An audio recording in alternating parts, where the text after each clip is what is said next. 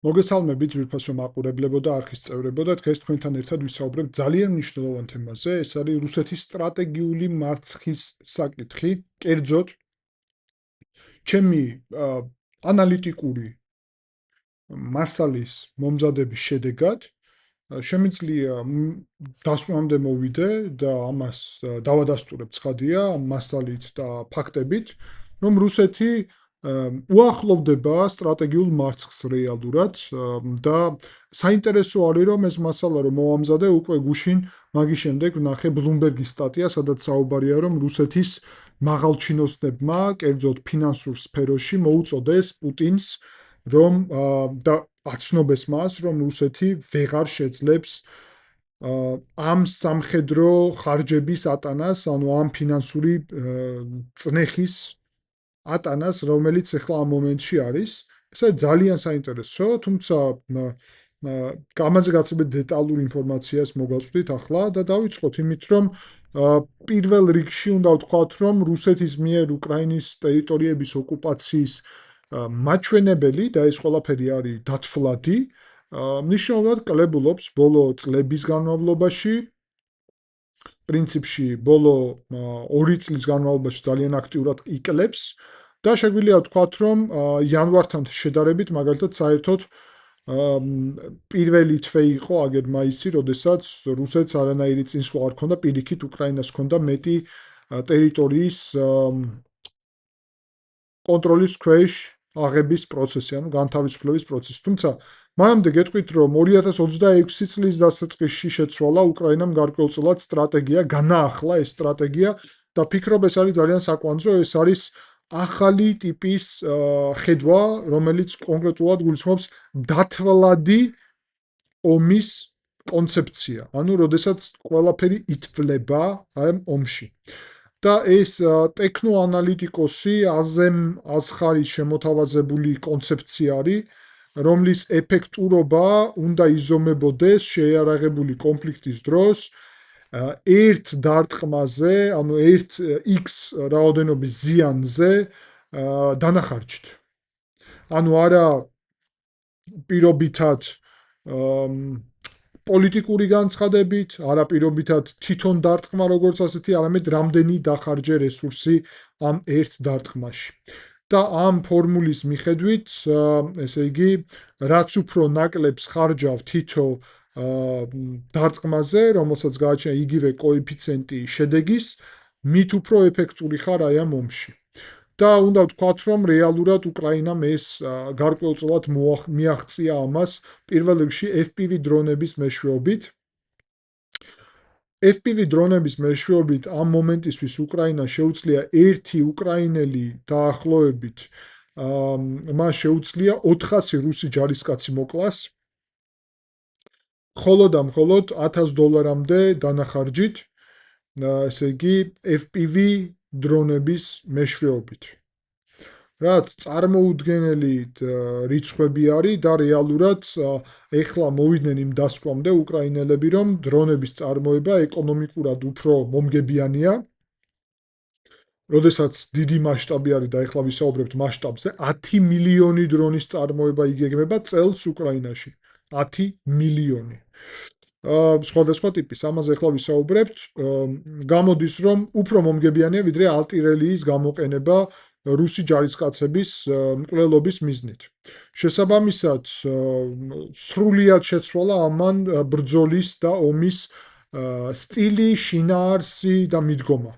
10 მილიონი დრონი სხვადასხვანაირ სახეობის და ამავდროულად წელს წარმოება იგეგმება უკრაინაში, უკრაინა ავტონომიური ასე თუ ისე ამ მიმართულებით ეს ძალიან საინტერესო და მნიშვნელოვანი მდგენელია ცხადია ავტონომიურობის ხარისხის, რადგანაც ძალიან მაღალ ტექნოლოგიური და ძვირი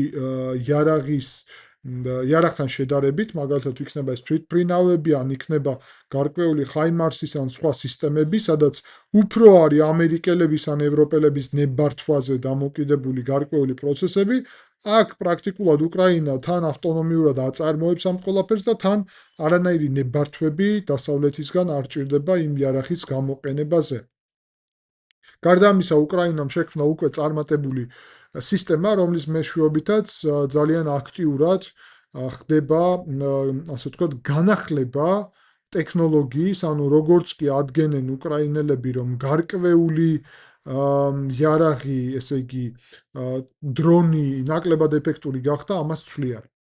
მის ტექნოლოგიას. 2026 წლის გაზაფხულიდან უკრაინამ დაიწყო უპრეცედენტო კამპანია რუსეთის სიღრმეში დარტყმების მიმართულებით. ექსპერტების შეფასებით, რუსეთის სტრატეგიული სიღრმე, რომელიც აქამდე იყო მისი ერთ-ერთი ძლიერი მხარე, გახდა ეხლა მისი სტრატეგიული სისუსტე, რადგანაც უკრაინას გააჩნია უკვე შესაძლებლობები 1000-დან 1700 კილომეტრამდე დრონებით, ესე იგი, დარტყმები მიაყენოს და რუსეთს არ ყოფნის საერო თავდაცვის სისტემები იმისთვის, რომ უზრუნველყოს ასეთი უზარმაზარი ტერიტორიის დაფარვა საერო თავდაცვის სისტემების მეშვეობით.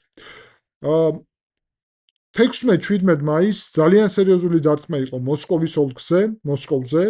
ნავთობგადამუშავების ქარხნები და ასევე მიკროელექტრონიკის ქარხანა ანგსტრემი იყო დარტყმის ქვეშ, ასევე იყო დარტყმები მაგალითად ჩელიაბინსკში 1700 კილომეტრის საზღვრიდან, ასევე პრიმორსკის ტერმინალზე ბალტიის ზღვასთან.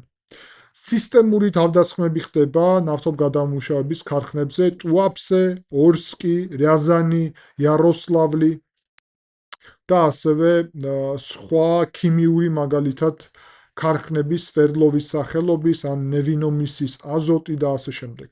2026 წლის მაისში უკრაინელმა დრონებმა 5 ნავი გაანადგურეს კასპიის ზღვაზე რუსული ჯამში დარტყმები მიაყენეს, გაანადგურეს შეიძლება სრულად არა, მაგრამ ზიანი მიაყენეს, ასე ვთქვათ.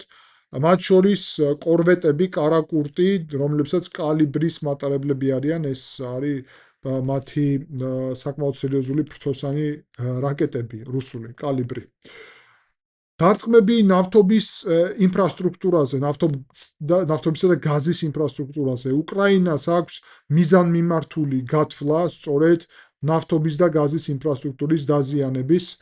პრინციპში შეგვიძლია ვთქვათ, რომ საშუალო მანძილზე დარტყმები, ეს არის 30-დან 180 კილომეტრამდე დარტყმები ფრონტის ხაზიდან. ამ დარტყმების შედეგად საერო თავდაცვის სისტემები, რადარები მთლიანად ნადგურდება და ამის შემდეგ იხსნება უკრაინის დრონებისთვის გზა, ესე იგი, რუსეთის სიღრმეში. და ეს არის ძალიან მნიშვნელოვანი მდგენელი. მათ შორის უნდა ვთქვათ, რომ უკრაინაში ცალკე საერო ძალების სარდლობა აცხადებს, რომ ამ ყველაფრის მეშვეობით უფრო მარტივი გახდა დარტყმები რუსეთის სიღრმეში. კერძოდ, ნავთობის გადამუშავების მაჩვენებლები, მაგალითად იანვარში და მაისში, რო შევადაროთ ერთმანეთს, 700,000 ბარელი დღეში ბარელით შემცირდა ნავთობის გადამუშავება 16 ნავთობგადამუშავებით ქარხანაზე. ყველაზე სერიოზული დარტყმები იყო რязаნის და ნორსის ნავთობგადამუშავების ქარხნებზე. ასევე ბალტიის გავლით ექსპორტი მნიშვნელოვნად შემცირდა. პრიმორსკის და უსტ-ლუგას პორტებზე იყო თავდასხმები 1,260,000 ბარელი ერთ ადგილას, 1,115,000 ბარელი მეორე ადგილას. ჯამში 42% ნავთობის ექსპორტის არის დაზიანებული სწორედ ბალტიის ზღვის მიმართულებით. გარდა ამისა, უნდა ვთქვათ, რომ უსტ-ლუგას მიმართულებით პრაქტიკულად ექსპორტი შეჩერდა. თუ აქამდე 16-17 ნავი გადიოდა კვირაში, ახლა გადის 2. ნავთობის ექსპორტი შემცირდა 725,000 ბარელიდან დღეში 100,000 ბარელამდე.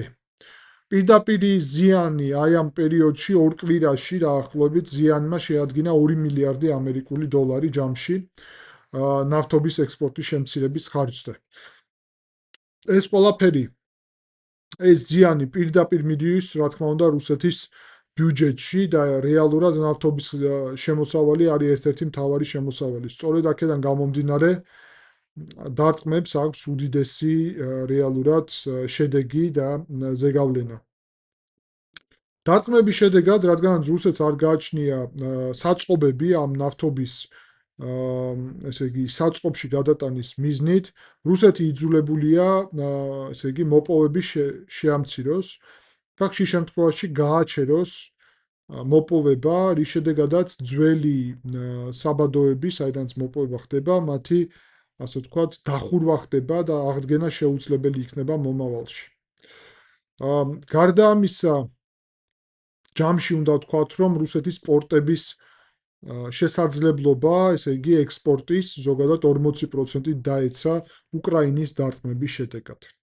სანამ გავაგრძელებთ ძვირფასო მაყურებლებო, შეგახსენებთ, რომ მნიშვნელოვანია არხის მხარდაჭერა თქვენს მიერ, შეგიძლიათ გააკეთოთ დალაიქებით, ანუ მოწონებით ამ ვიდეოს, კომენტარების დაწერით, გამოწერით არხის, ასევე შეგიძლიათ გაწევრიანდეთ აქ YouTube-ზე ან Patreon-ზე, YouTube-ზე და Patreon-ზე, ასევე პირდაპირ მხარიჭ დაუჭიროთ არხს, ეს ყველაფერი მოცემულია აღწერაში და პირველ კომენტარში. დიდი მადლობა ყველა იმას, ვინც ამას აკეთებს. უნდა ვთქვათ ასევე, რომ ჯამში თებერვლიდან უკრაინამ, ესე იგი თებერვლიდან მაისის მდგომარეობით, მაგალითად 4-ჯერ მეტი დარტყმა განახორციელა მაისში, ვიდრე თებერვალში. საერო თავდაცვის მიმართულებით, ანუ დრონებით. და ჯამში 2026 წელს უკრაინის მტკიცებით 129 საერო თავდაცვის სისტემა არის განადგურებული რუსეთის, რის შედეგადაც, ესე იგი, შეგვიძლია ვთქვათ, რომ რუსეთს უჭირს უკვე სააერო თავდაცვის რესურსების მიმართულებით, რადგანაც ვერ ფარავს მთელ ტერიტორიას და ამის შედეგად იქმნება გარკვეული ხრელები რუსეთის ტერიტორიაზე. შემდეგი საკითხი არის ძალიან მნიშვნელოვანი, ეს არის უკვე ბიუჯეტური კრიზისი. პირველ კვარტალში 2026 წლის ფედერალური ბიუჯეტის დეფიციტმა შეადგინა 80 მილიარდი ამერიკული დოლარი, რაც უდრის რუსეთის მშპ-ს 2.9%-ს და უკვე აღემატება წლიურ გეგმას ამ წლის 50%-ით, რაც ძალიან სერიოზული პრობლემა არის. დაახლოებით გათვლა ჰქონდათ, რომ მთელი წლის განმავლობაში აიღებდნენ 55 მილიარდი დოლარის ვალს. 4 თვეში აიღეს 80 მილიარდის ვალი. დაწი რაღა იქნება, წარმოიდგინეთ. 2.9% მშპ-ს, ანუ შეიძლება წელს თუ ესე გააგრძელეს 10% მშპ-ს ვალი აიღონ, მარტო წელს. თუ იგივე ტემპით გააგრძელეს. უკვე იმას აღარ ვამბობ, რომ შეიძლება ტემპი გაუარესდეს. ესეც არის ჩვეულებრივი ამბავი. გარდა ამისა, ეკონომიკური ზრდა რუსეთში უკვე ხედავთ, რომ პირველ კვარტალში 26 წლის შემცირდა ეკონომიკური ზრდა 0.3%-ით და ჯამში ანუ 0.3% არის ზრდა ამ მომენტისთვის და ჯამში ანუ უკაცრავად 0.3%-ით კი არ შემცირდა.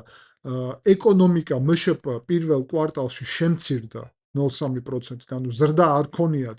პირველად აი ამ მთელ პერიოდს განმავლობაში აქვს კლება მშპ-ს.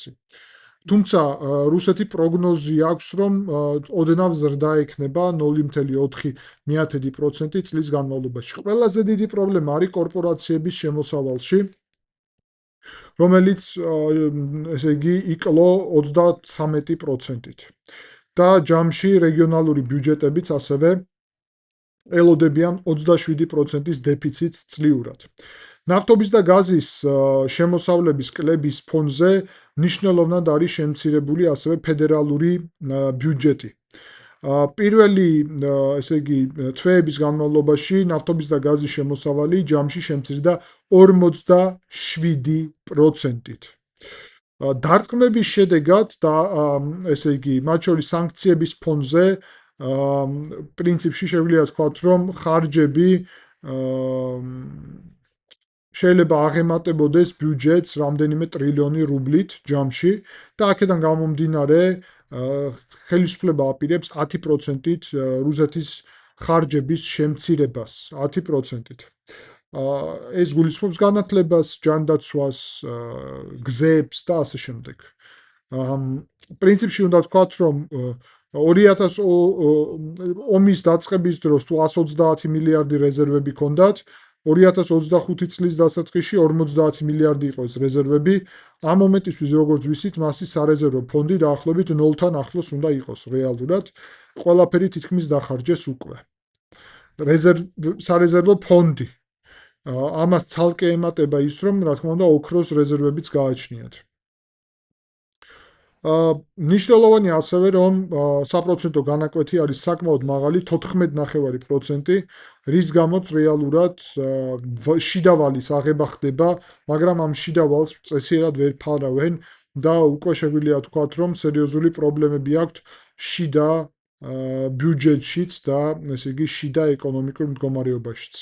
ასევე უკრაინული დაზვერვის ინფორმაციით 75% რუსული კომპანიებმა წელი დაასრულეს 2025 წელი ან შემოსავლების მნიშვნელოვანი კლებით, ან პირდაპირი ზარალით. აქედან გამომდინარე 53%-მა კომპანიების ესე იგი ამ კომპანიებმა პრობლემები აქვთ უკვე ფინანსური სხვადასხვა სფეროში. მათ შორის სახელმწიფო კომპანიები გაზპრომი, რუსალი, ალროსა, ესე იგი დივიდენდების გადახდის თავს იკავებენ აწი, ანუ აღარ იხდიან დივიდენდებს. ფოლადის მწარმოებლებსაც გააჩნიათ სერიოზული პრობლემები და რეალურად პრობლემა ასევე უკავშირდება უკრაინის დარტყმებს, იმიტომ რომ ნავთობგადამუშავებელი ქარხნების გაჩერება, პორტების გაჩერება ამცირებს ექსპორტიდან შემოსავალს, ხოლო გადასახადების ზრდა და მოქალაქეთა მობილიზაცია ამცირებს მოხმარებას, საბოლოო ჯამში ამ ყველაფერს აქვს ეკონომიკაზე სერიოზული ზეწოლა. სოციალური უკმაყოფილება რუსეთში მნიშვნელოვნად იზრდება. 2026 წლის აპრილში ვციომის ინფორმაციით ესე იგი ამას ქვია Всероссийский центр изучения общественного мнения, ну საზოგადოებრივი აზრის კვლევის რუსული ცენტრი ამბობს, რომ მთლიანად უკმაყოფილოთა რაოდენობა შიდა პოლიტიკით გაზრდილია 36%-მდე, ეს არის 8 წელიწადში მაქსიმალური. ეს არის სახელმწიფო კვლევითი ცენტრი, ანუ სახელმწიფო აღიარებს უკვე პრობლემას. უკმაყოფილთა რაოდენობა 33% არის. საგარეო პოლიტიკით უკმაყოფილოთა რაოდენობა 26% არის, 20 წელიწადში ეს არის მაქსიმალური მაჩვენებელი, ეკონომიკური პოლიტიკით 46% არის უკმაყოფილო. ეს რიცხვები არის მოგრძალებული, როგორც გესმით, იმიტომ რომ სახელმწიფო კომპანიაზე არის საუბარი ძვირფასო მაყურებლებო. ამავდროულად პუტინის რეიტინგები აღარ ქვეყნდება, რადგანაც იმყოფება 20 წლის მინიმალურ მაჩვენებელზე აი ამ ყველაფრის შედეგად. შიგნით, ანუ სიღრმეში რუსეთის ტერიტორიებზე დარტყმები და საერო თავდაცვის განადგურებას აქვს სერიოზული ცვლილებები ფრონტზე. 180 კილომეტრზე დარტყმებს, უკრაინის დარტყმებს, რუსულ რადარებზე, ლოგისტიკაზე და სხვა მიმართულებით აქვს თავისი შედეგები, რომელმაც გააჩერა უკვე გარკვეულწილად რუსების წინ წაწევა და შეგვიძლია ვთქვათ, რომ მაგალითად ომის შესწავლის ინსტიტუტი, ცნობილი ავტორიტეტული, ამბობს, რომ ტაქტიკური უპირატესობა გააჩნიათ უკრაინელებს დრონების გამო.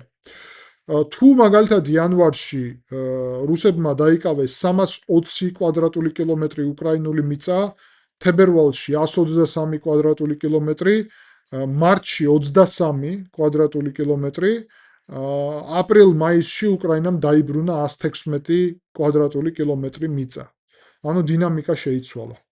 და ახალი ტაქტიკა, ესე იგი ვესეუსი, ანუ უკრაინელების უკავშირდება იმას, რომ პირდაპირ შეჯახება ჯარებით აღარ ხდება, მთლიანად დრონებზე არის გადასული პასუხისმგებლობა ბრძოლის და ამას ხელს უწყობს ის, რომ Starlink-იც ასევე გათიშულია რუსეთის მხარეს და Telegram-ი ასევე შიდა უკვე მიზეზებიდან გამომდინარე რუსები კრძალავენ Telegram-ს და ესეც მათ ხელს უშლით კოორდინაციაში თავისი ჯარების.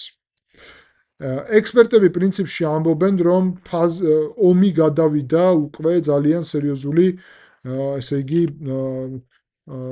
გამოფიტვის გარკვეულწილად ფაზაში რუსეთისთვის, საკმაოდ რთული დაღლილობის ფაზა არის მაგალითად 26-ში უკვე რუსეთს გაცილებით ნაკლები წარმატება აქვს ვიდრე 1 წლით ადრე და ამ მომენტისთვის მისი დანაკარგები შეესაბამება მობილიზაციის ტემპებს.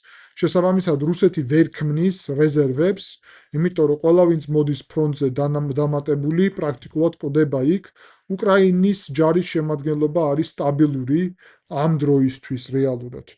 და ყველაზე მთავარი დასკვნა, სადაც მოვდივართ, დრო არ მუშაობს რუსეთის სასარგებლოდ. უკრაინა აფართოვებს დარტყმებს რუსეთის სიღრმეში და აიძულებს რუსეთს გააფართოვოს ეს თავდაცვის სისტემა, გაზარდოს ხარჯები მაშინ, როდესაც სტრატეგიულად არტყავს ყველაზე სუსტ წერტილებში. რას აკეთებს რუსეთი? არტყავს უკრაინის მოქალაქეებს უბრალოდ სამოქალაქო მოსახლეობას, ამით ფსიქოლოგიურ ზეწოლას ახდენს, მაგრამ რეალურად ვერაფერ სტრატეგიულს ვერ ცვლის ამით. ხოლო უკრაინა ჭკვიანურად არ ნაკლებად თუ არ ბომბავს პრაქტიკულად მშვიდობიან მოქალაქეებს და თუმცა ცალკე შემთხვევები არის, როდესაც ხედავთ რაღაც დრონი დაეცა მაგალითად საცხოვრებელ სახლს. ახლა რატო დაეცა, ეს კიდე ცალკე თემაა. მიზანმიმართულად თუ შემთხვევით, ესეც ზუსტად არ ვიცით, მაგრამ ის რომ 95% უკრაინელების დარტყმების არის სამხედრო ან სტრატეგიულ ინფრასტრუქტურაზე, ეს უბრალოდ ფაქტია და ამან საკმაოდ ეს არის პრაგმატული. აქ იმაზე კი არ არის საუბარი, ვინ არის უკეთესი ან კეთილი და ასე შემდეგ. აქ არის საუბარი იმაზე, რომ ეს პრაგმატულია. რუსები პრაგმატულადაც ვერ მუშაობენ.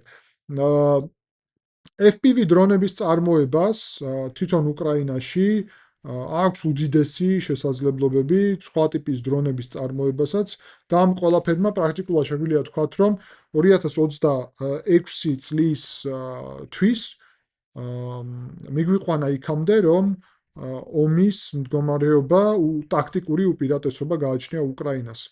ვფიქრობ და ვარაუდობ, რომ მომდევნო 1-2 წელი იქნება ძალიან სერიოზული სირთულეების მქონე რუსეთისთვის. გარკვეულწილად რუსეთი იმეორებს საბჭოთა კავშირის ბოლო ეტაპს და ამას ექნება, რა თქმა უნდა, უზარმაზარი ზეგავლენაც საქართველოს მომავალზეც, საქართველოს შიდა პოლიტიკაზეც საბოლოო ჯამში, რადგანაც დღეს ძალიან ბევრი რამ დგას ამაზე, ვინ რა ფსონს აკეთებს, რა გათვლას, ესე ძალიან კარგად ცნობილია და არა მხოლოდ საქართველო, მათ შორის მთლიანად რეგიონიც, პოსტსაბჭოთა სივრცეც და ასე შემდეგ. ასე რომ ეს ყველაფერი გასათვალისწინებელია და ვფიქრობ ძალიან მნიშვნელოვანია. დიდი მადლობა ყურადღებისთვის. შევხვდებით შემდეგი გადაცემის დროს.